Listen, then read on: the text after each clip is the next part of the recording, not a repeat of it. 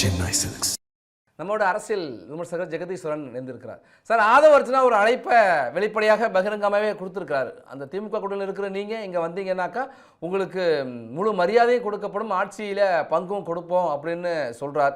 இந்த அழைப்புக்கு பின்னாடி வேறு ஏதோ இருக்கா? வேற என்ன இருக்குங்க? தமிழக வெற்றி கழகத்துக்கு ஓரளவுக்கு டீசென்டான பர்சன்டேஜாவது கொண்டு வரலாம் அப்படின்னு ஆதவ அர்ஜுனா நினைக்கிறாரு. ஒரு பக்கம் அவங்க என்ன சொல்றாங்கன்னா, வீட்டுக்கு ஒரு ஓட்டு 2 கோடி ஓட்டு எங்கள்கிட்ட இருக்கு, ஒரு நாள் 30%, ஒரு நாள் 38%, 40% ஒரு கதை ஓட்டுறது, நாங்க தான் முதலமைச்சர், 120 சீட்டு ஜெயிச்சிட்டோம், 150 சீட்டு ஜெயிச்சிட்டோம்னு ஒரு பக்கம் பேசுறது, இன்னொரு பக்கம் எல்லாத்தையும் கூட்டணி பிச்சை எடுக்கிறது. இதுதான் தமிழக வெற்றி கழகத்தின் நிலைப்பாடாக இருக்கிறது. அவங்களோட பெர்சன்டேஜ் ரொம்ப போரா போயிடும். அதுக்கு அட்லீஸ்ட் காங்கிரஸோ இல்லை மற்றவர்களை கூப்பிட்டா நம்ம ஓரளவுக்கு பெர்சன்டேஜாவது வாங்கலாம், நம்ம ஒரு சில இடங்களாவது டெபாசிட் வாங்க முடியுமா அப்படின்னு அவங்க எதிர்பார்க்கிறாங்க. அதுக்காக கூப்பிடுறாங்க. இந்த பக்கம் நீங்க காங்கிரஸ்ல இருக்க கூட ஒரு லாங் டேர்ம்ல போறதுக்கு நமக்கு நல்லா இருக்கும்னு யோசிக்கிறாங்க. 29 நமக்கு பயனுள்ளதாக இருக்கும். விஜய் ஏதோ பெர்சன்டேஜ் வாங்கினாருன்னா அதை நம்ம பயன்படுத்திக்கலாம் அப்படின்னு அவங்க நினைக்கிறாங்க.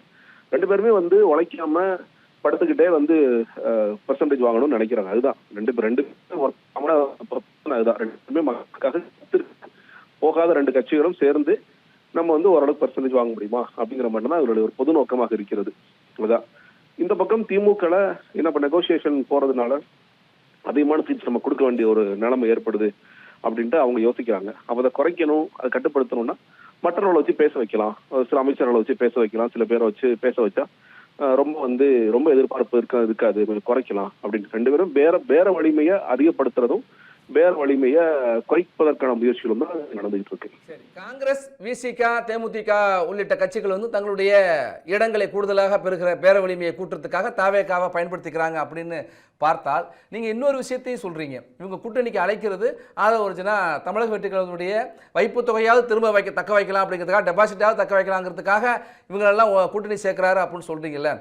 வீட்டுக்கு ஒரு விஜய் இருக்கிறாருன்னு விஜயே சொல்றாரு. 15ன்னு சொல்லி 18ன்னு சொல்லி 20-40% வரைக்கும் அவர்களுக்கு வாக்கு வங்கின்னு சொல்கிறாங்க. ஆனால் நீங்கள் டெபாசிட் கூட தேராதுன்னு சொல்கிறது ரொம்ப தமிழக வெற்றி கழகத்தை அண்டர் எஸ்டிமேட் பண்ணுறீங்களா, குறைத்து மதிப்பிடுறீங்களா? இல்லைங்க, நான் சொல்கிறேன் இல்லையா, இப்போ நான் விஜய் ஜெயிச்சிருவேன், நான் முதலமைச்சர் ஆகிட போகிறேன், முதலமைச்சர் ஆக போகிற விஜய் பாவம் காங்கிரஸ் வீழ்ந்து கிடக்கு, அவங்க கொஞ்சம் கை தூக்கிட்டு போவோம், அவங்களுக்கும் 4 மினிஸ்ட்ரி 4 இடம் கொடுப்போம் அப்படின்னு நினைப்பாங்களா? எந்த ஒரு கட்சியுமே அவ்வளோ கான்ஃபிடென்ட்டா இருக்கிறவங்க அவ்வளோ நான் தான் 2 கோடி ஓட்டுங்கிற சாதாரண விஷயம் இல்லைங்க. போன வாட்டி திமுக எவ்வளவு எடுத்துச்சு? 2 கோடி 80 லட்சமா? 2 கோடி ஓட்டுங்கிறது ஆளுங்கட்சி, இங்கதான் சிஎம். அப்படி இருக்கும் பொழுது சிஎம் ஆகக்கூடிய விஜய் எதுக்காக மற்ற எந்த ஒரு குட்டி கட்சியோ கூப்பிடுறாரு? இன்னொன்னு, எந்த சின்ன கட்சியாவது விஜய் அணுகுறாங்களா? யாராவது போய் ஆமா விஜய் தான் சிஎம் ஆக போறாரு, நம்ம அவர் கூட டிராவல் பண்ணலாம் அப்படின்னு யாராவது நினைக்கிறாங்களா? எல்லாரும் பயன்படுத்திக்கிறாங்க, அவ்வளவுதானே. அதான் சொல்றேன். ஒரு பக்கம் ஆதவ அர்ஜுனாவுக்கு தெரியுது, போக போக இந்த வாக்கள் குறையுதா கூடுதான்னு சொல்லி கேட்டீங்கன்னா, ஏன்னா மக்கள் க்ளோசர் எலெக்ஷன்ஸ் போகும்போது பார்ப்பாங்க இல்லைங்க. எங்க 2 மாசம் கூட இல்ல தேர்தலுக்கு, இப்பயும் விஜய் பர்மிஷன் வாங்குறேன், அங்க சேலத்துக்கு போறேன், ஈரோடுக்கு போறேன் கதை விட்டுட்டு இருக்காரு தவிர டெய்லி மக்களுக்காக வேலை செய்ய தயாரா இல்லையே. தினம் வேலை செய்ய, எலெக்ஷன் டயத்துல கூட வேலை செய்ய தயாரானது ஒருத்தர் மக்களுக்கான படத்துல விட்டுட்டு வந்துட்டேன், கரையில விட்டுட்டு வந்துட்டேங்கிறதால பொய்யின் மக்கள் உணர மாட்டாங்களா? இந்த நேரம் கூட உழைக்க மாட்டேன், இந்த நேரம் கூட நான் உள்ள ஏசி ரூம்ல உட்காந்துட்டு இருப்பேன் அப்படின்னு சொல்ற தலைவராக விஜய் இருக்கிறார். வெளியே வர்றதில்ல, அறிக்கைகள் கொடுக்கறது இல்ல, மக்களுக்காக எதுவுமே பேசுறது இல்ல. அப்படி இருக்கும் போது அவங்க எப்படி அதை வாங்குவாங்க? அதனால இது ஆதவ அர்ஜுனாவுக்கும் தெரியும். வாய்ஸ் ஆஃப் காமன் அவர் சர்வே எடுக்கலையா? வாய்ஸ் ஆஃப் காமன் எந்த சர்வேல சீட்ஸ் கன்வெர்டபிலிட்டி இருக்குன்னு வருது? உண்மையான சர்வேஸ்ல எந்த சீட் கன்வெர்டபிலிட்டிங்கிற கிடையாது. பெர்சன்டேஜ் இருக்கும், ஆமா 12%, 13%ங்கிற ஒரு சீட் கன்வெர்டபிலிட்டி எங்கேயாவது இருக்கா? தாவேக்கு ஒரு சீட் கூட கன்வெர்ட் ஆகாது.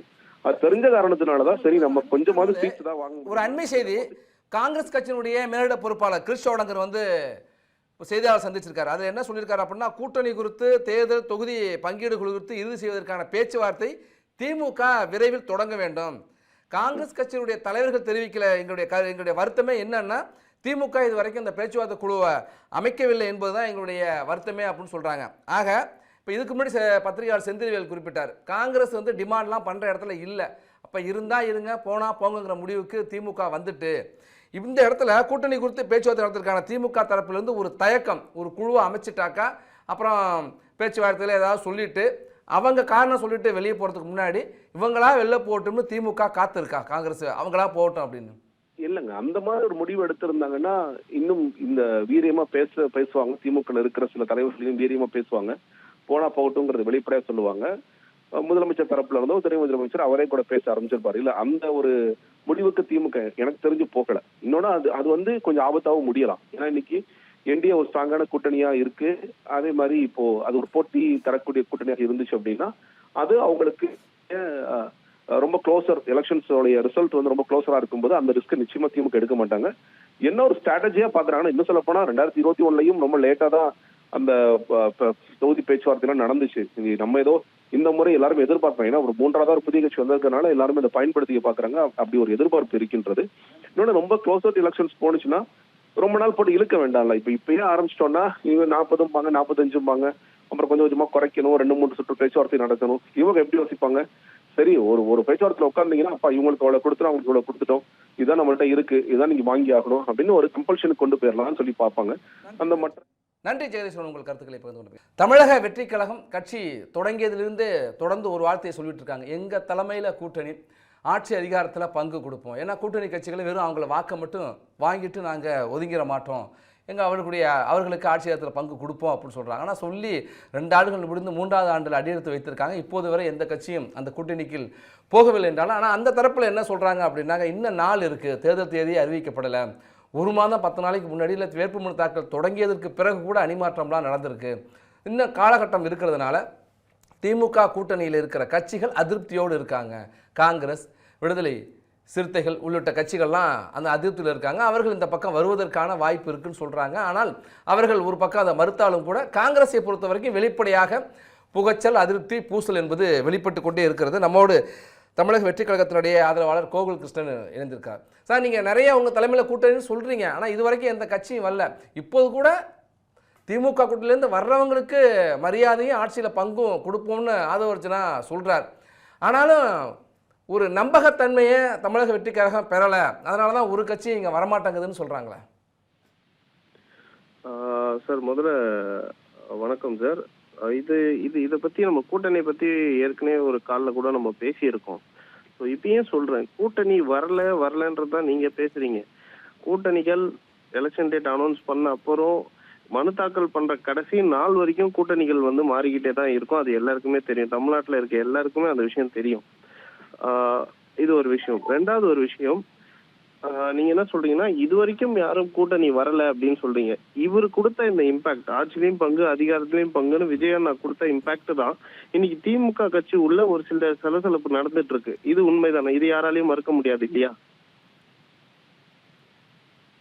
நிச்சயமா விடுதலை சிறுத்தைகள் நாங்கள் முன்னிலேருந்து எங்கள் கட்சி ஆரம்பத்திலேருந்து அதுதான் முழக்கம்னு சொன்னாங்க. ஆனால் நீங்கள் அந்த ஒரு ஆஃபரை ஓப்பனாக அந்த ஆஃபரை கொடுத்ததுக்கு பிறகு காங்கிரஸ்லேருந்து அந்த குரல் வேகமாக வந்துச்சு, விசிகாலேருந்து குரல் வேகமாக வந்துச்சு.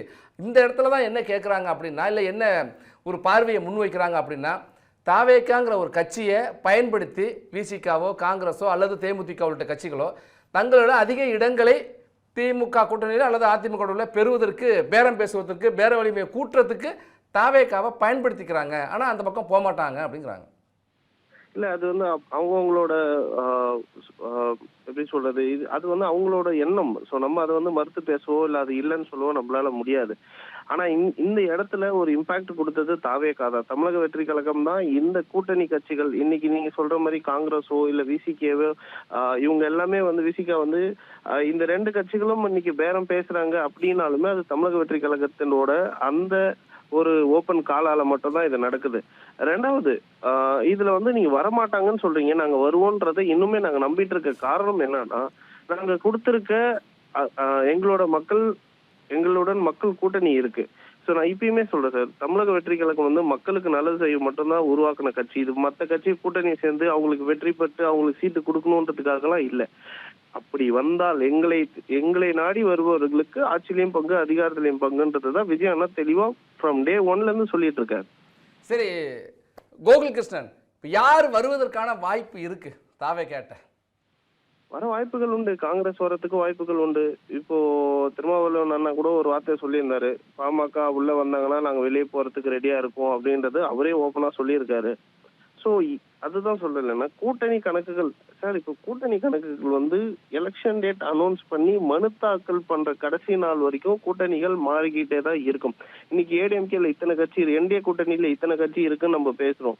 அந்த அத்தனை கட்சிகளும் வந்து ஸ்டாண்ட் பையா ஒரே இடத்துல நின்றுடுவாங்களா மனு தாக்கல் பண்ற வரைக்கும்? இல்லையே, மாறுவாங்களா? திடீர்னு அவங்க அதுல இருந்து ஒரு கட்சி போய் டிஎம்கேல சேரலாம், டிஎம்கேல இருந்து சில கட்சிகள் போய் என்டிஏ கூட்டணியில சேரலாம் இல்லையா?